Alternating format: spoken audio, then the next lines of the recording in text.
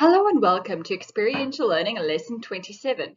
Today we're focusing on punctuation, spelling, jargon, and writing persuasive messages. I'm Eloise from Durban campus. Our lesson objectives for today are to discuss South African spelling tools, discuss industry-specific jargon, and to structure persuasive messages and arguments while incorporating the necessary grammar tools and parts of speech. As a recap for the last lesson, what are examples of slang or jargon that you use regularly at college? So remember, slang is a level of language which is used by an in-group and therefore creating an out-group.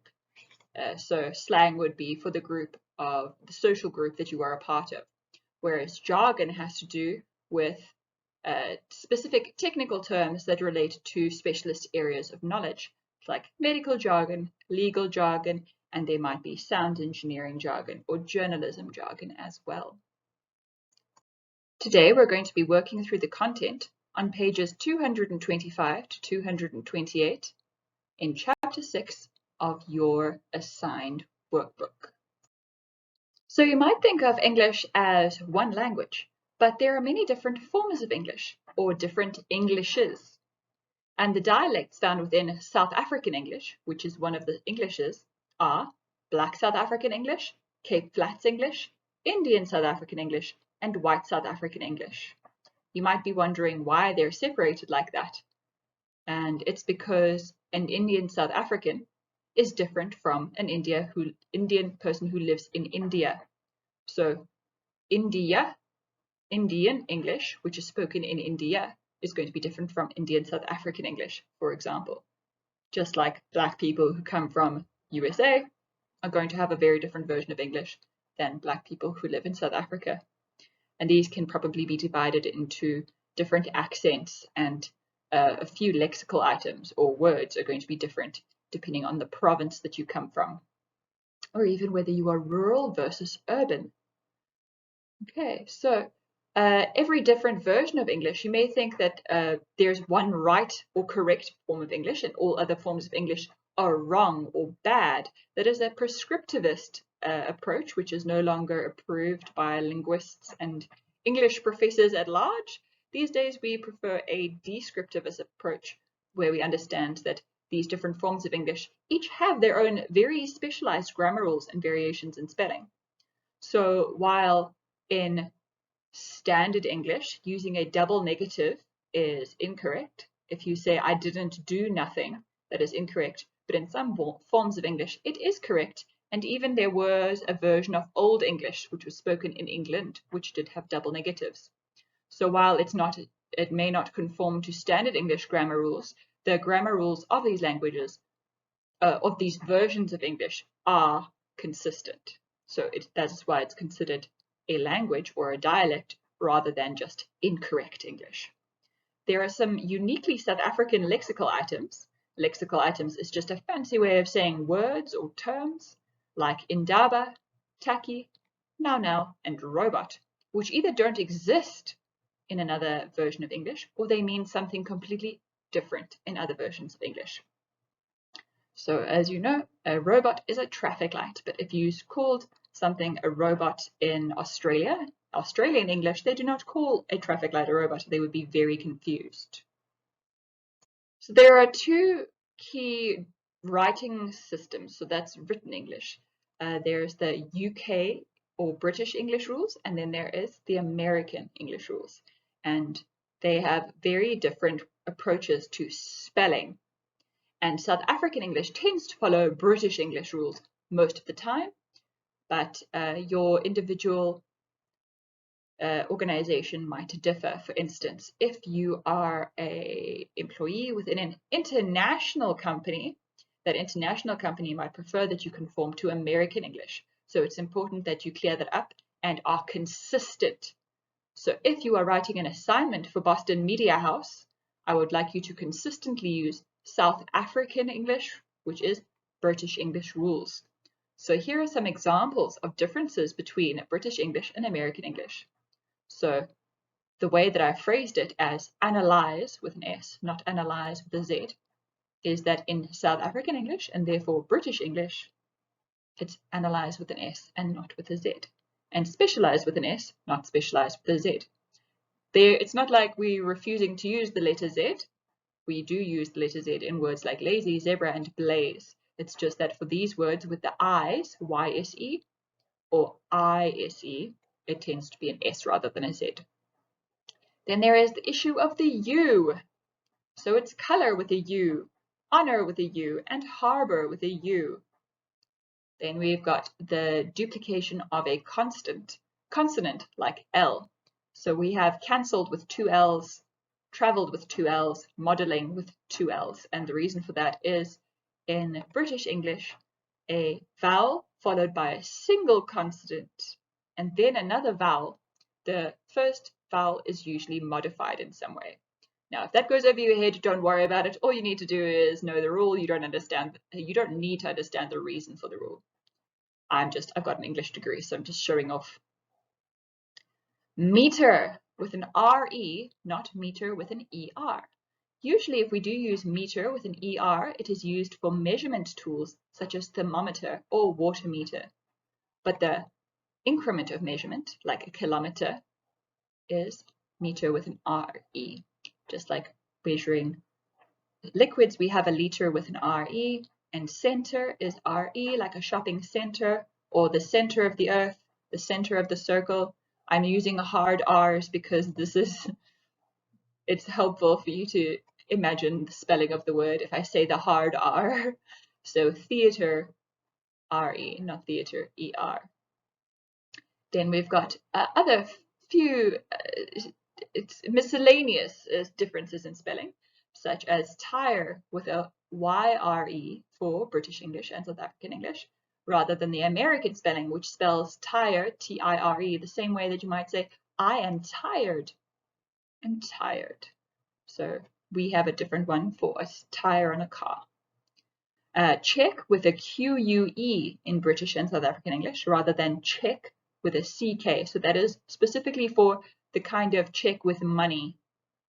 Obviously, we do still have the word check with a CK, as in I'm checking that you've done your homework. And this is a very important one that is very common error, program with a double M-E rather than program with a single M. Then we've also got the difference between some specific words, rather than ending with ED, they end in a T, like dreamt, learnt, and burnt, rather than dreamed, learned, and burned. But this one can be a bit tricky depending on the organization you belong to, so just check in if they have a style guide for which version they prefer. And once you've chosen one, keep it consistent. So if you've chosen to spell it dreamed, make sure you also write it learned and burned. Consistency is key. So as we established in your revision slide, what does jargon mean? So jargon is a technical term that only somebody who's familiar with a particular field or industry or specialization or hobby would know. So if you've studied these particular subjects, you may have acquired some of the jargon. And if you've watched a medical show, you may have picked up on some medical jargon. You'll notice that some of this jargon includes acronyms. So for journalism, there is jargon such as scoop, advertorial, and flat plan. If you're studying journalism and you don't know what those words mean, maybe you should have a Google. Then you've got in TV concepts or terms like continuity, aspect ratio, dolly, and showreel. In marketing, you might mention things like above the line or top of the funnel or SEO. And those should mean something to you if you've studied marketing. And graphic design, you're thinking of things like vector and serif and kerning and CMYK. These all should mean something to you. So I hope that this is helping you realize just how much of an impact your time at Boston Media House has been for you to develop your understanding of specialized concepts that other people don't have access to. Make sure that if you do have knowledge of a specialized kind, that it is highlighted in your LinkedIn and in your CV rather than vague notions like teamwork. Okay, so if you've got any hard skills, make sure they're highlighted. Now we shift focus to the idea of persuasive writing. So it's an important skill to be able to write in a way that can change people's minds. Often when you write, that is going to be your hoped result, because we always write something with an intention. Is it to inform? Is it to make a request? Or is it to change somebody's behavior?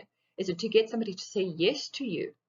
Is it there to, are you going to try and get them to support your point of view, your cause, your funding request? So persuasive writing is so, so important. So you can use these steps in your persuasive writing. You start off with a clear topic and stance. So if I start to read a piece of persuasive writing that you have written, I need to immediately know what it is about and where you stand on this topic. So that is your stance. So let's say the topic is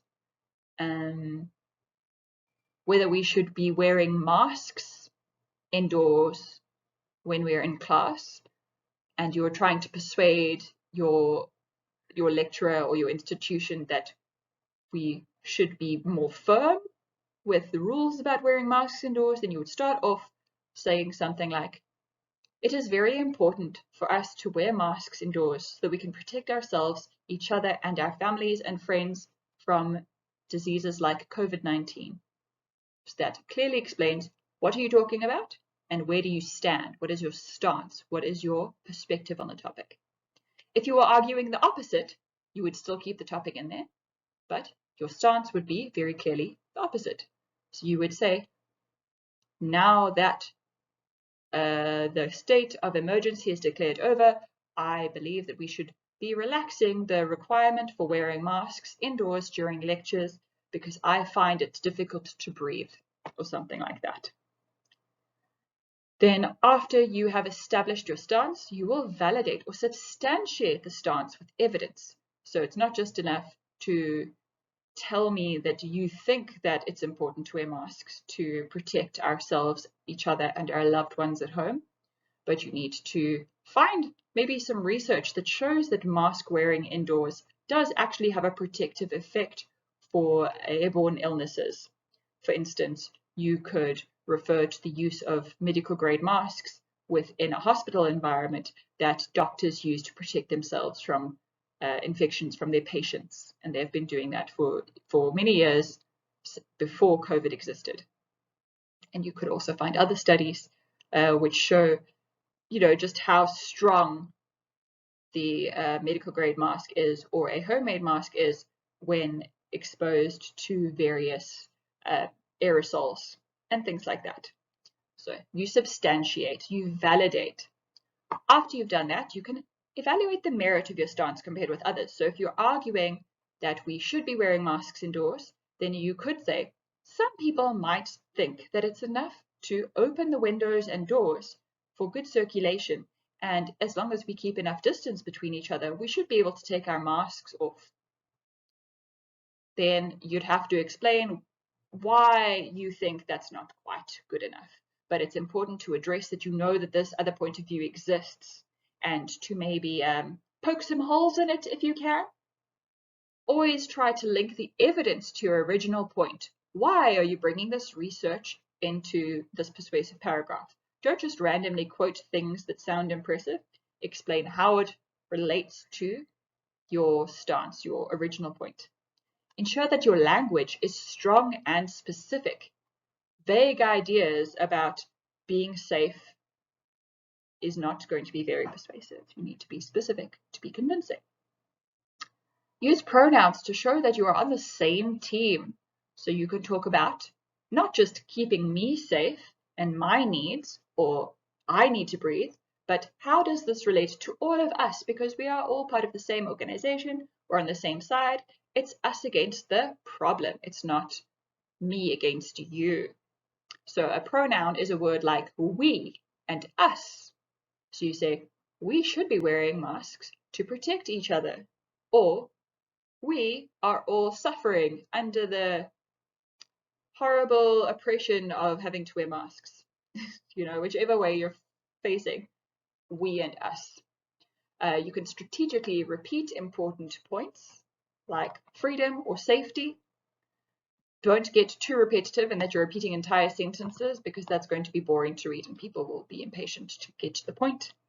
And lastly, ensure that you're not being manipulative or unprofessional. So that would be something like, if you really loved your granny, you would wear a mask. So while that may be true from your perspective, it sounds manipulative, so it's not going to be taken very seriously.